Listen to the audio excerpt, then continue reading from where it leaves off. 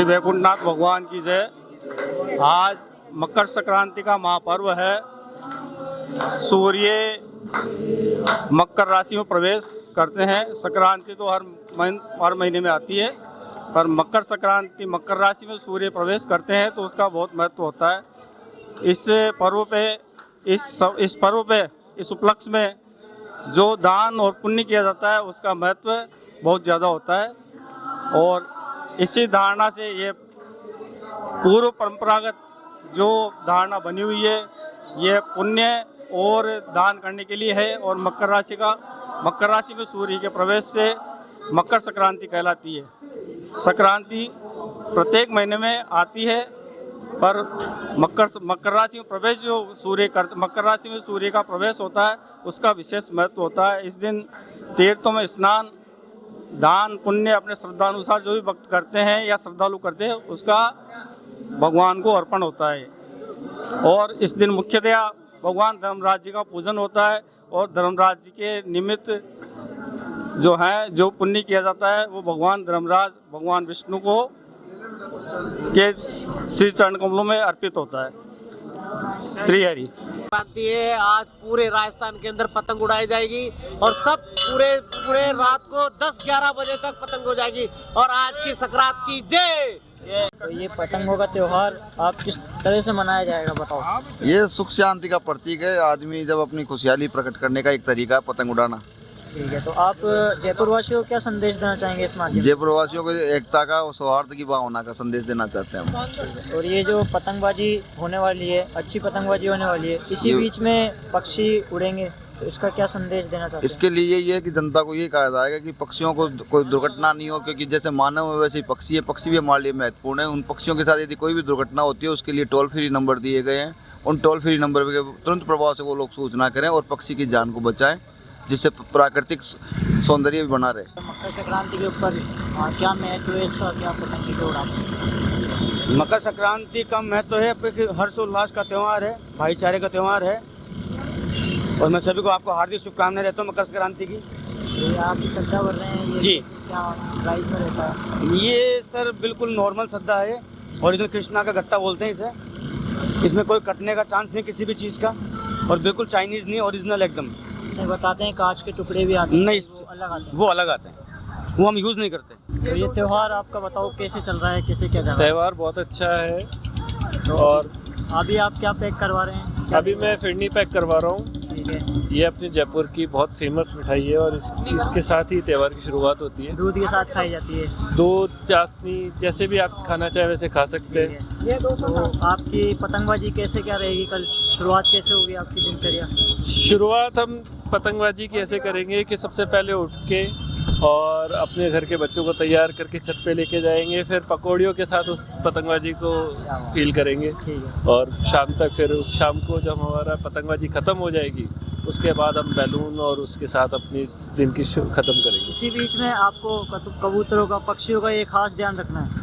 हाँ, मेरे को गाइडलाइन पता है, 4 से 6 की है गाइडलाइन। तो हम कोशिश करेंगे कि हम 4 से 6 के बीच में कम से कम पतंगबाजी करें और बच्चों को भी समझाते हैं कि इस टाइम पे थोड़ी सी कम पतंगबाजी की जाए। तो इसीलिए इसको डाइवर्ट करने के लिए हमने अपने जो बैलून होते हैं उससे शुरुआत करी कि 5-5:30 बजे से बजाए, ताकि वो अपने पक्षी अपने घर पहुंच सके। धन्यवाद। आपका नाम बताइए। मेरा नाम प्रशांत शर्मा। धन्यवाद। Thank you sir. आज मकर संक्रांति के पर्व अवसर पर हम लोग धर्म कर्म करते हैं, क्योंकि इससे हमें बहुत अच्छा लगता है, लोगों की सेवा करना बहुत अच्छा लगता है। इससे पुण्य मिलता है, मोक्ष मिलता है, और लोगों की थोड़ी सेवा करनी भी चाहिए। जय श्री श्याम। जय श्री श्याम।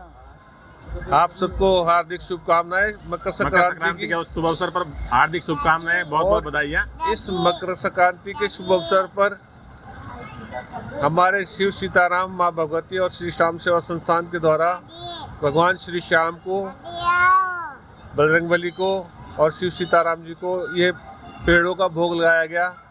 ये हमारे यहाँ हुए पोष बड़ा प्रसादी के पंगत प्रसादी के उपलक्ष्य में चढ़ाया गया। इस कार्यक्रम के सफलतापूर्वक होने पर आप सभी को इसकी हार्दिक शुभकामनाएं। बहुत बहुत धन्यवाद। जब जब फसलें तैयार होती है रबी की यानी विंटर क्रॉप, तब तक यानी कि 13 जनवरी को हम लोगों ने लोहड़ी बनाने का, क्योंकि तब तक रबी की फसलें तैयार हो जाती हैं, तो किसान भाई उसको पहली जो अपना क्रॉप है, उसको क्या बोलते हैं, फसल, हाँ, पहली फसल को काट के और वो एक तरह से अग्नि को अर्पित करते हैं। बहुत खुश होते हैं क्योंकि सक्सेस होते हैं। हम आजकल छोटे छोटे इंटरव्यू दे के सेलिब्रेट करते हैं, जॉब लग जाती है तब सेलिब्रेट करते हैं। और पंजाब तो सारा निर्भर ही खेती पे है। पंजाब में 5 नहरें बहती हैं, इसलिए वहाँ पे हरियाली ज़्यादा है। वहाँ के किसान बहुत ज़्यादा मजदूरी करके, मेहनत करके खेती करते हैं, जो कि 17% भारत देश की आपूर्ति का है, यानी second highest. First highest 30% UP आपूर्ति करता है, सेकंड हाईएस्ट 17% पंजाब आपूर्ति करता है खेती करके। तो सेलिब्रेशन बनता है, उसी सेलिब्रेशन को हम पूरे भारत में सेलिब्रेट करते हैं। दूसरा, एस्ट्रोनॉमिकली यदि देखें तो इस दिन दक्षिणायन से सूर्य संक्रांति के दिन उत्तरायण की तरफ जाता है। तो बाकी सारे प्रदेशों में, नॉर्थ बाकी इंडिया में मकर संक्रांति के रूप में मनाया जाता है। साउथ में, तमिलनाडु वगैरह में पोंगल के नाम से यह फेस्टिवल मनाया जाता है। तो ये जो एस्ट्रोनॉमिकल घटना है, यानी कि सूर्य दक्षिण से उत्तरायण की तरफ जाते हैं, उस शुभ दिन को हम लोगों ने अलग अलग प्रांतों में अपने नाम दे के चुना और उसको सेलिब्रेट किया। और पंजाब वालों ने इसको नाम दिया लोहड़ी। अब लोहड़ी पे एक सरदार जी ने अभी गाना सुनाया, सुंदरिये मुंदरिये तेरा कौन विचारा। तो इस सॉन्ग को क्यों गाया जाता है, इसके पीछे भी एक कहानी है। वो कहानी ये है कि जब अकबर के टाइम में, जब मुगल साम्राज्य था, तब सबको मालूम है कि कितनी जोर जबरदस्ती हुआ करती थी और महिलाएं सुरक्षित नहीं थी। उस समय में 2 बहनें थी जो मैरिजेबल थी, जिनकी शादी की जानी थी, और उनको जबरदस्ती किया जा रहा था। कहाँ कोई भी, क्योंकि सुरक्षा का तो इंतजाम था ही नहीं हिंदुओं का इतना। तब उस समय में एक डाकू होता था जिसका नाम था दूल्हा भट्टी वाला। तो ये इस सॉन्ग में उसकी गाथा सुनाई गई है एक तरह से कि सुंदरिये मुंदरिये ने तेरा कौन विचारा, तेरा विचार कौन करेगा। तो वो उत्तर है दूल्हा भट्टी वाला, दूल्हे ने धी भी आई, शेर शक्कर पाई।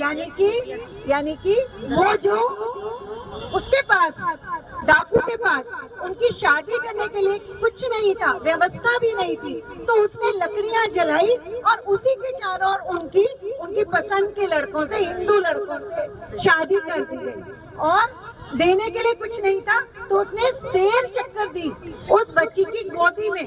तो वो गरीब थी तो उसकी शॉल फटी हुई थी। इस गीत में यही बोला गया, क्योंकि लाल जोड़ा पहना हुआ था, तो बोला कुड़िए लाल पटाखा शोला पटिया होया, शोले शालू नु कौन समेटे हैं, चाचा चोरी कुट्टे,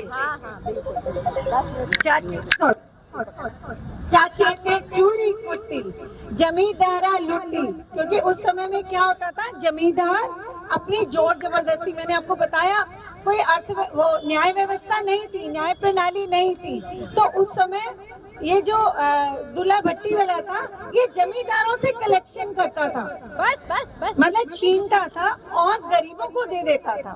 तो इस गीत के पीछे बहुत सारगर्भित मीनिंग है। तो इस वजह से हर बार जब हम लोहड़ी मनाते हैं, उस पूरे इवेंट को, कथा को याद करते हुए दूल्हे भट्टी की एक तरह से जय जयकार करते हैं। और लोहड़ी पंजाब का फेस्टिवल है। एक इसका मीनिंग ये भी है कि लो निकलती है अग्नि से, तो वहीं से ये शब्द आया लोहड़ी। धन्यवाद।